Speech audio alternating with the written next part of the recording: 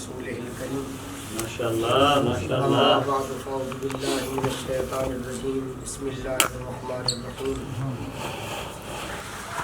لقد كان لكم في رسول الله أسوة حسنة قال الله تبارك وتعالى في مقام آخر من أعرض عن ذكري فإن له معيشة وضنكا ونحشره يوم القيامة أعمى.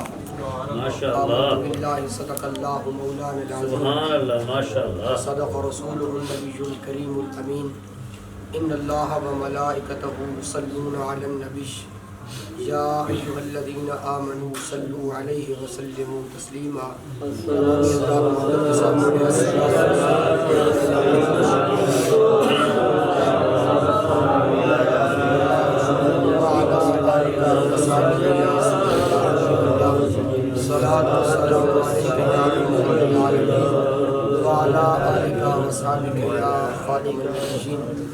اللہ رب العالمین کی حمد و ثنا بارگاہ رسالت مآب صلی اللہ علیہ وسلم میں درود و سلام کا نذرانہ عرض کرنے کے بعد اللہ رب العالمین کی بارگاہ میں دعا ہے کہ بھائی شفاقت صاحب نے اور عزیزم سفیان صاحب نے یہ جو انتظام و انصرام کیا ہے اور جس کام کا آغاز کر رہے ہیں اللہ رب العالمین کے ذکر سے اور اس کے محبوب کے ذکر سے اللہ رب العالمین اس کے اندر برکتیں عطا فرمائے. دوستان گرامی، یقیناً خوش قسمت ہیں یہ لوگ کہ جنہوں نے شادی بیاہ کے موقع پر اللہ رب العالمین کے محبوب علیہ الصلوۃ والسلام کی محفل پاک کا انعقاد کیا ہے اور ڈھیروں یہ مبارکباد کے لائق ہے کہ یہ وہ موقع ہوتا ہے کہ لوگ سمجھتے ہیں کہ بس اللہ رب العالمین کو ہم نے ناراض ہی کرنا ہے. یعنی لوگ سمجھتے ہیں کہ اللہ کے ساتھ ہمارا تعلق صرف غمی کا ہے، خوشی کے وقت اس تعلق کو بھول جاتے ہیں.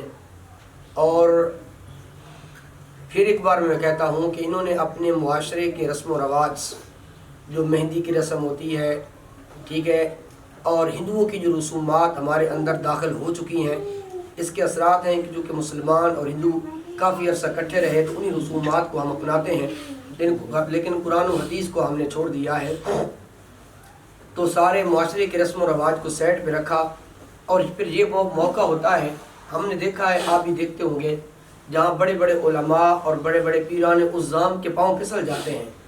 وہ کہتے ہیں، لوگ یہ کہتے ہیں کہ کون سی بیٹے کی شادی بار بار کرنی ہے، تو پھر معاذ اللہ وہ اللہ رب العالمین کو خوب ڈٹ کر ناراض کرتے ہیں.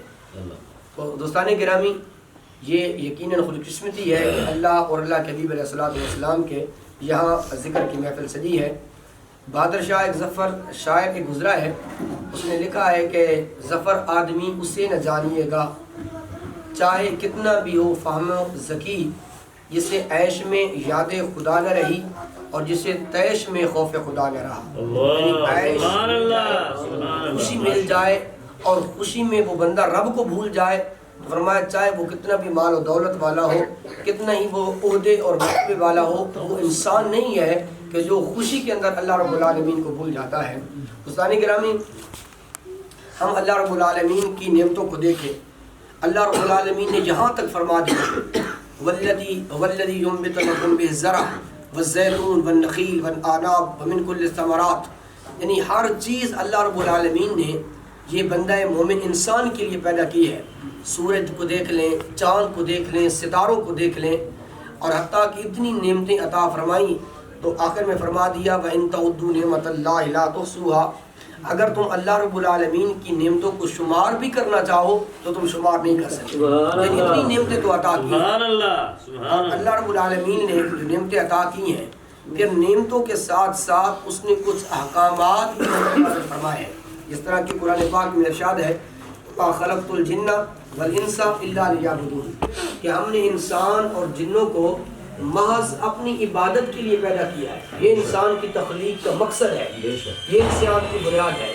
اب اللہ رب العالمین نے انعامات بھی فرمائے ہیں اور اپنے احکامات بھی نازل فرمائے ہیں. لیکن یاد رکھیے گا دوستان گرامی، اگر ہم اپنے معاملات میں اللہ رب العالمین اور نبی کریم علیہ السلام نے جو ہمیں قانون اور اصول اور ضوابط دیے ہیں، اگر ہم ان کو بھول جائیں گے تو ہماری زندگی مشکل بن جائے گی۔ اپنے ہر کام کے اندر وہ قوانین، وہ اصول، وہ ضوابط جو قرآن نے، جو مصطفیٰ علیہ السلام نے عطا فرمائے ہیں، اگر ان قوانین کو ہم سامنے رکھیں گے تو ہماری زندگی بڑی آسانی سے گزر جائے گی۔ آج ہم مشکلات میں کیوں ہیں؟ آج ہم مسائل میں کیوں ہیں؟ آج ایک باپ اپنی اولاد کی شادی کرنے کے لیے لاکھوں روپے قرض کیوں لیتا ہے؟ اس لیے کہ اس نے دین مصطفیٰ سے روگردانی کی ہے، دین مصطفیٰ سے وہ دور ہو گیا ہے۔ جب وہ سوچتا کہ میں نے سادگی کے اندر، عاجزی کے اندر، جس طرح مولا علی اور سیدہ کائنات کی شادی اور نکاح ہوا ہے، اگر اس اسوہ حسنہ کو، اس نظریے کو سامنے رکھتا تو اس کی زندگی بالکل آسان ہو جاتی۔ آج لوگ ہم سے سوال کرتے ہیں کہ جی ہم نے پیسہ اکٹھا کیا ہوا ہے، لیکن کیوں اکٹھا کیا ہے؟ کہ اپنی بیٹی کو جہیز دینا ہے۔ اب سوال کیا کرتے ہیں؟ اب بتائیں مولانا کہ ہم پر حج فرض ہے کہ نہیں ہے؟ آپ بتائیں، جہیز کا سامان کو دینا کو فرض واجب نہیں ہے، بلکہ علماء نے تو اس کو اچھا بھی نہیں کہا۔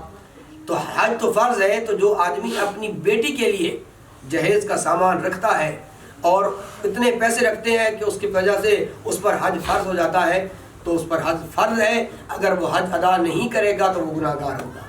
عزیزان گرامی، ہمارے اندر یہ ہندوؤں کے رسومات، جہیز جیسی ایک لعنت، ایک موذی بیماری ہے۔ سیدہ کائنات رضی اللہ تعالی عنہ سلام اللہ علیہا کا جہیز تو دیکھیں کیا ہے، ایک مشکیزہ جا رہا ہے، ایک چکی جا رہی ہے، ایک لوٹا جا رہا ہے، اور ایک مصلی جا رہا ہے عبادت کے لیے، اور قرآن پاک جا رہا ہے۔ یہ آپ کا جہیز کا سامان ہے۔ اور ہم نے اور آپ نے بھی سنا ہے اکاڑا کہ ایک واقعہ ہے، بارات آ رہی ہے اور بارات ابھی راستے میں ہے، تو بارات والوں کو کوئی آدمی بتا دیتا ہے کہ جی جو بیٹی والوں نے آپ کو جہیز کا سامان دینا ہے، استغفر اللہ معاذ اللہ، وہ بہت قلیل ہے، وہ بہت تھوڑا ہے۔ تو جب وہ سنتے ہیں تو انہوں نے کہا ہمیں تو انہوں نے بہت کچھ بتایا تھا لیکن تھوڑا ہے، تو وہ واپس چلے جاتے ہیں۔ یہ حال ہو گیا ہے ہمارے معاشرے کا، یہ حال ہو گیا ہے ہماری سوسائٹی کا، یہ حال ہو گیا ہے ہمارے شہروں کا اور ہمارے محلوں کا۔ اب بتائیں اس بیٹی پر کیا گزری ہوگی، ان والدین پر کیا گزری ہوگی کہ جہیز کی وجہ سے بارات واپس چلی جاتی ہے۔ تو یہ وہ رسومات ہیں جو ہندوؤں کی طرف سے ہمارے اندر آ گئی ہیں۔ میں نے یہ بھی پڑھا ہے اخباروں کے اندر، سوڈان کا وزیر اعظم ہے اور اس نے جب اپنے بچے کی شادی کی ہے تو 4 آدمیوں کو بارات میں لے جاتا ہے۔ آج ہم اگر بارات لے کر جاتے ہیں تو ہماری بارات بھی اس بیٹی والوں کے لیے بوجھ بن جاتی ہے۔ میں اپنے علاقے کی آپ کو بات بتاتا ہوں، پھر اپنی بات کو مکمل کرتا ہوں۔ ہمارے علاقہ میں ابھی کچھ دنوں میں ہمیں اپنے بھائی کی شادی کی ہے، تو الحمدللہ جہاں ہم بیٹی کے گھر والوں میں گئے ہیں انہوں نے چائے تک ہمیں نہیں پلائی۔ اس کا مطلب یہ نہیں ہے کہ انہوں نے ہمیں ویلکم نہیں کہا، مرحبا نہیں کہا، مطلب یہ کہ ایک ایسا رواج ہے ہمارے علاقے میں، چائے عموماً پلائی جاتی ہے لیکن انہوں نے چائے بھی نہیں پلائی۔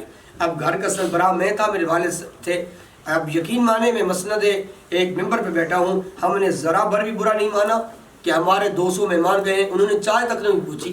ایک رواج دینا پڑتا ہے، ایک معاشرے کو تبدیل کرنا پڑتا ہے۔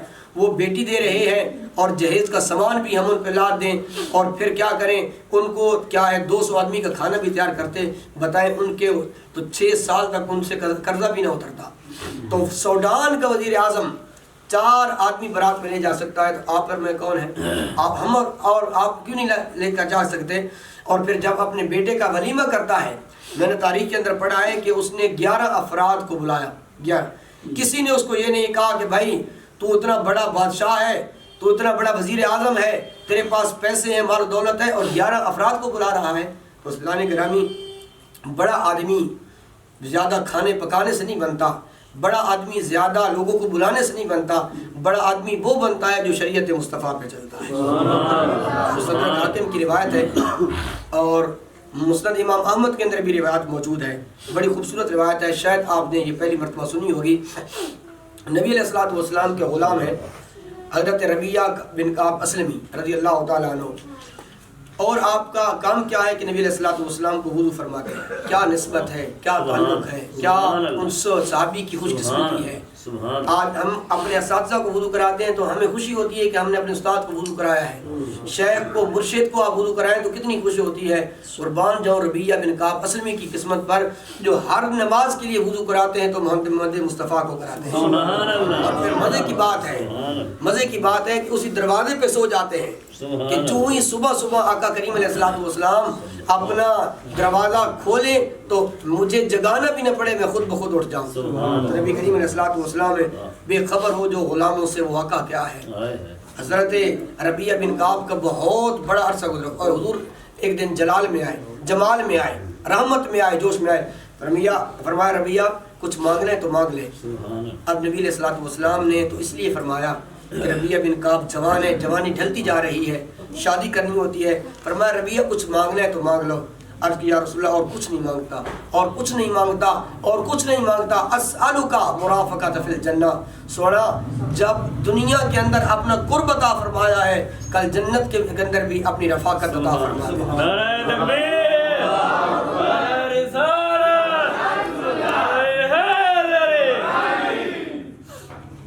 تو فرمایا ربیہ یہ تو تمہیں مل جائے گی، فرمایا کچھ اور مانگو۔ تو میرے آقا علیہ الصلوۃ والسلام نے پھر پوچھ لیا، فرمایا ربیہ یہ بتاؤ الا تتزوج، کیا شادی نہیں کرنا چاہتا؟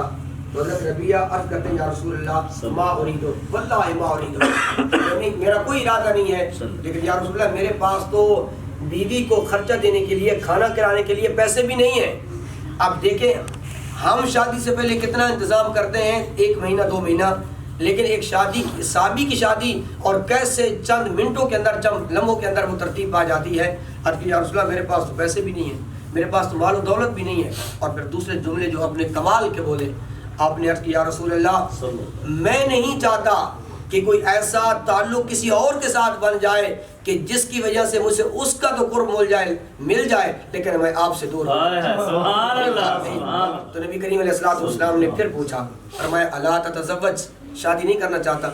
2 مرتبہ پوچھا۔ اب ربیہ اپنے دل سے سوال کرتے، ربیہ اتنا تو ماں باپ بھی اپنی اولاد کے لیے نہیں سوچتے جتنا محمد مصطفیٰ امت کے لیے سوچتے ہیں۔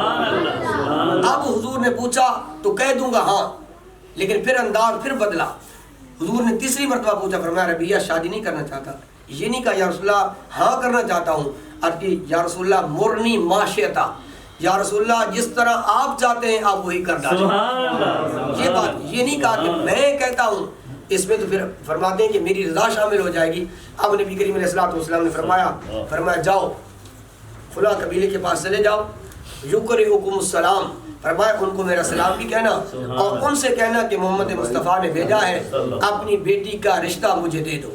اب صحابی حضور کی بات مان لی، چل پڑے۔ مستدرک حاکم کے اندر روایت موجود ہے، مسند امام احمد کے اندر بھی موجود ہے، نبی کریم علیہ الصلوۃ والسلام کے غلام چلے جاتے ہیں، جب وہاں پہنچتے ہیں ان کو بتایا کہ میں حضور کا قاصد ہوں، انا برسول رسول اللہ، میں رسول اللہ کا قاصد ہوں۔ پہلے رسول کا معنی ہے قاصد اور دوسرے رسول کا معنی ہے اللہ کے رسول کا میں قاصد ہوں۔ تو روایت کے اندر آتا ہے انہوں نے کہا مرحبا بکا، کہ تیرا آنا مرحبا ہو، بتاؤ کیا کام ہے؟ تو فرماتے ہیں میں نے عرض کی کہ اللہ کے حبیب نے بھیجا ہے اور یہ فرمایا ہے کہ اپنی بیٹی کا رشتہ مجھے دے دو۔ اب انہوں نے یہ نہیں کہا ہم نے تو تیاریاں بھی نہیں کی، ہم نے تو کوئی سوٹ بھی نہیں بنائے، ہم نے تو وری کا سامان بھی نہیں بنایا، اچانک آئے ہو اور رشتہ مانگنے کے لیے آ گئے ہو۔ صحابی فرماتے ہیں فَأَلْتَفُونِي وَأَكْرَمُونِي، نبی علیہ الصلوۃ والسلام کے حکم کو انہوں نے سر پہ رکھا، میری عزت کی اور میرا احترام کیا، لیکن فرماتے ہیں رشتہ دے دیا۔ جب میں حضور کی بارگاہ میں واپس لوٹ کر آیا، اذا رجعت حزینا، فرماتے ہیں میں لوٹا تو میں غمگین تھا، تو رسول اللہ صلی اللہ علیہ وسلم مسکرائے، فرمایا ربیہ رشتہ مل گیا ہے اب کیوں روتا ہے؟ عرض کی یا رسول اللہ میں تو اتنا کنگال ہوں، میرے پاس پیسے نہیں، میں تو حق مار بھی نہیں دے سکتا۔ دوستان گرامی ہم کتنی تیاریاں کرتے ہیں، کتنا پیسہ پہلے تیار کرتے ہیں۔ ہم نے یہ بھی سنا ہے کہ 4-5 لاکھ روپیہ قرض لیتے ہیں، 6-10 سال تک قرضہ بھی نہیں اتار سکتے شادی کے لیے۔ یہاں کوئی قرضہ نہیں ہے، یہاں بیٹی والوں نے کوئی ڈیمانڈ نہیں کی، کوئی یہ نہیں پوچھا کہ بچہ پڑا ہوا ہے کہ نہیں، کوئی نہیں پوچھا کاروبار ہے کہ نہیں، یہ نہیں پوچھا کہ کوئی کمرہ ہے کہ نہیں، مکان ہے کہ نہیں، بس انہوں نے شادی کر دی۔ عرض کی یا رسول اللہ میرے پاس تو مہر کے پیسے بھی نہیں ہے، شریعت مہر دینا ہے۔ تو نبی کریم علیہ الصلوۃ والسلام نے پھر صحابہ سے طرف مخاطب ہوئے، فرمایا صحابہ اجمعوا لها صداق، تمہارے بھائی کی شادی ہے اس کے لیے مہر جمع کرو۔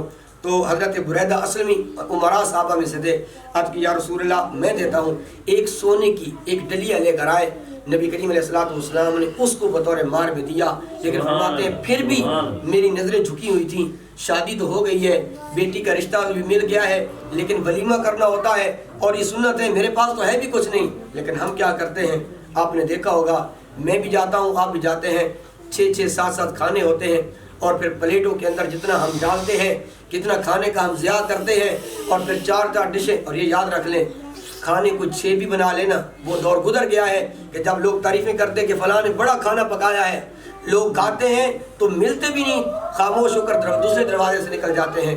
اب نبی کریم علیہ السلام کی بارگاہ میں عرض کرتے یا رسول اللہ من این اولم، یا رسول اللہ آپ نے کرم کیا ہے، شادی کرا دی ہے، مار کے پیسے بھی جمع ہو گئے، میرے پاس تو ولیمے کے لیے ہے بھی کچھ نہیں، میں کیا کروں، ولیمہ کرنا ہے آپ کی سنت ہے۔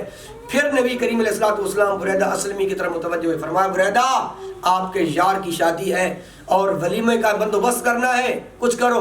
عرض کی یا رسول اللہ میرے گھر کے اندر ایک بکری کا بچہ ہے، میں وہ لے کر آتا ہوں، وہ لے کر آئے، فرمایا تم اس کو بناؤ۔ نبی علیہ السلام فرمایا اے ربیہ اب دولہا خود جا رہا ہے اپنے پیسے اپنے ولیمے کا سامان لینے کے لیے۔ آقا کریم علیہ السلام نے فرمایا جاؤ عائشہ کے دروازے پہ جاؤ، کچھ جو میں نے رکھے تھے ان سے کہنا کہ وہ جو دے دیں، اس کا آٹا نکال لیں اور پھر ہم روٹیاں بنا لیں گے۔ ادھر بکری تیار ہو رہی ہے اور ادھر حضور کے گھر سے وہ جو کا آٹا آ رہا ہے، اتنا سا وہ جو بھی ہوتے ہیں اور وہ سالن بھی تیار ہو جاتا ہے، اتنے لمحوں کے اندر اس صحابی کی شادی طے پا جاتی ہے اور ولیمہ بھی ہو جاتا ہے۔ عزیزان گرامی اس واقعے سے ہمیں بہت کچھ ملتا ہے۔ ہم خود اپنے آپ کو مشکلات میں ڈال رہے ہیں، ہم خود بخود دین کے ساتھ بغاوت اور دین کی دھجیاں اڑا رہے ہیں۔ شادی بیاہ پر ہوتا کیا ہے، پھر ہماری مائیں بہنیں بیٹیاں ان کے سروں سے دوپٹے اتر جاتے ہیں۔ حضور نے فرمایا من تمسکا سنتی عند فساد امتی فلہ اجر 100 شہید، فرمایا جس نے میری سنت کے فساد کے وقت میری سنت کو اپنایا، اللہ اس کو ایک نہیں بلکہ 100 شہیدوں کا ثواب عطا فرمائے گا۔ اور پھر عورتوں کے فوٹو بنتے ہیں، ایک کے پاس جائے گا تو وہ 500 کے پاس جائے گا، اور نبی علیہ السلام اور حضور نے یہ بھی فرمایا لعنت اللہ الناظر والمنظور، شادی بیاہ پہ جو کچھ ہوتا ہے فرمایا کہ جو عورت کی طرف دیکھتا ہے اس پر بھی لعنت، اور جس کی طرف دیکھی جاتا ہے اس عورت کی طرف بھی لعنت ہوتی ہے۔ عزیزان گرامی نبی کریم علیہ السلام تو کافر کی بیٹی کو عزت دی ہے، اس کے سر پہ دوپٹہ نہیں ہے۔ حاتم طائی کی بیٹی جب قید ہو کر آتی ہے تو حضور علیہ السلام نے عام چادر نہیں، اس چادر عطا فرمائی جس کی رب قرآن میں قسمیں اٹھاتا ہے۔ حضور نے چادر اتاری اور اس کے سر مبارک پہ رکھ دی، اس کے سر پہ رکھی۔ صحابہ نے عرض کی یا رسول اللہ کافر کی بیٹی ہے، فرمایا ہے تو بیٹی نا۔ ہمارا اسلام تو یہ ہمیں درس دیتا ہے کہ ہمارے سر پر چادریں ہوں، یدنین علیہن من جلابیبہن، گھروں سے باہر نکلیں تو اپنے اوپر چادریں ہوں۔ دوستان گرامی میں پھر انہیں ایک مرتبہ مبارکباد دیتا ہوں جنہوں نے اپنی بیٹی کی شادی پر آغاز خوبصورت محفل سے کیا ہے۔ اللہ تبارک و تعالیٰ اس کام کے اندر مزید برکتیں عطا فرمائے۔ اللہ تعالیٰ ہمیں بھی اسی طرح اپنے بیٹوں اور بچیوں اور بیٹوں کی شادیاں کا پروگرام منعقد کرنے کی توفیق عطا فرمائے۔ وآخر دعوانا ان الحمد للہ رب العالمین۔